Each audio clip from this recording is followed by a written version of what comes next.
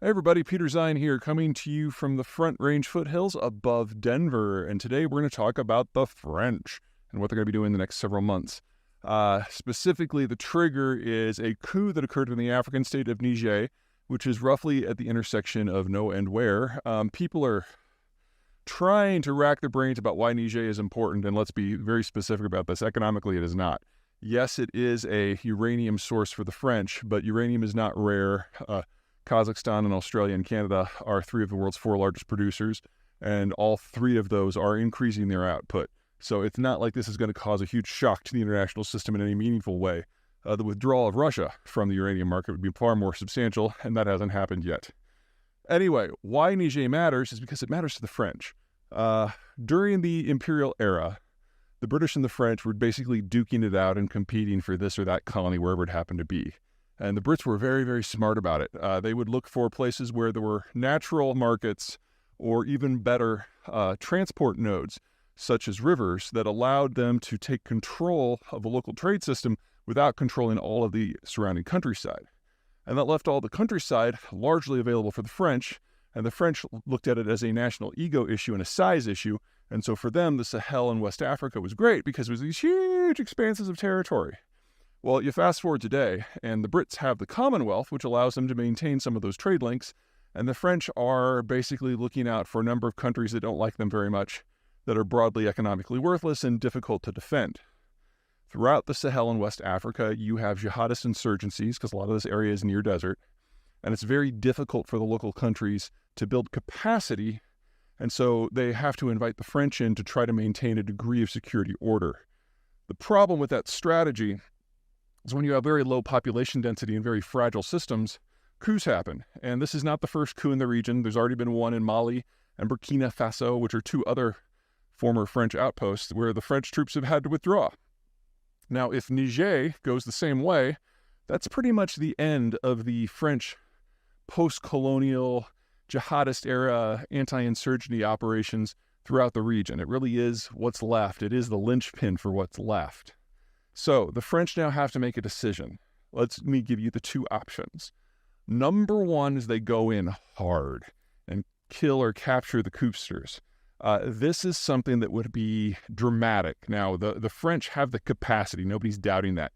In terms of bullet for bullet, soldier for soldier, you're talking about a force that is on par with American Special Forces, probably. Don't tell the Special Forces that. And with a lot fewer political restrictions on their mode for action. So when they go in very hard.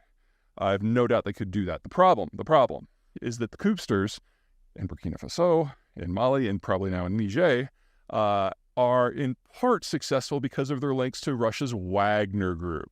Now, if you guys remember Wagner, that was the group that threw their little abortive coup a few weeks ago, and were basically purged from the military system in Ukraine. And the question is, what are they going to do now? Looks like a lot of them are going to maintain operations within the African landmass because, honestly, the rules are a little bit more flexible there. And if Wagner is in Africa, then they're not in Moscow.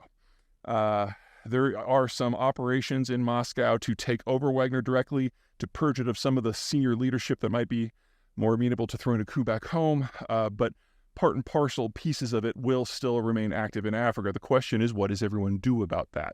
Wagner has been accused quite accurately of war crimes and crimes against humanity.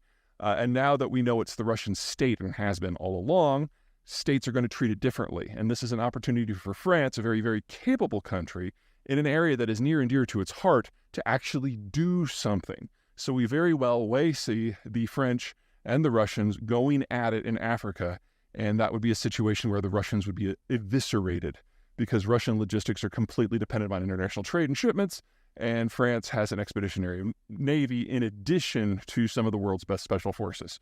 So that would be delightful to see, but it's a French political decision that would have to be made to pull the trigger. They can either have imperial retreat and the humiliation that they perceive that goes along with that, or they can take the fight to the Russians, which is a country that they have attempted to not break relations with completely. Not an easy choice. Option two, they suck it up and they go home.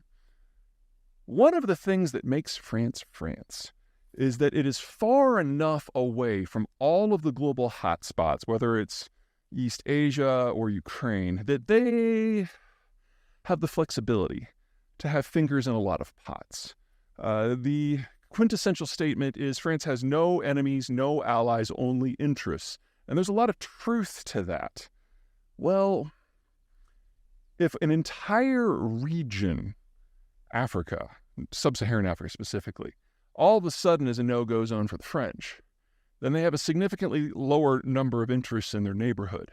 And that will force them to focus on the ones that remain.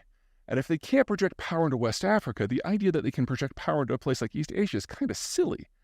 So all of a sudden, Europe becomes a lot more important to them. And Europe is involved in a war with the Russians. So one way or another, Paris is about to decide or be forced into circumstances where it's going to be taking a lot more direct action against all things Russian, whether that's in Ukraine or Africa, it doesn't really matter. And that is something we have not seen. This sort of lockstep agreement in the Western world is pretty rare. Historically speaking, to have a cultural group form an alliance, that's already rare and it's already been significant. But France has always been a bit of an outlier. And what we're going to see over the rest of this year is that's going to be a lot less true. And that's a real problem if you're Russian, because, say what you will about the French. They are not shy, and they are very capable. And they're about to throw in their lot. It's going to be fun to watch. All right, take care.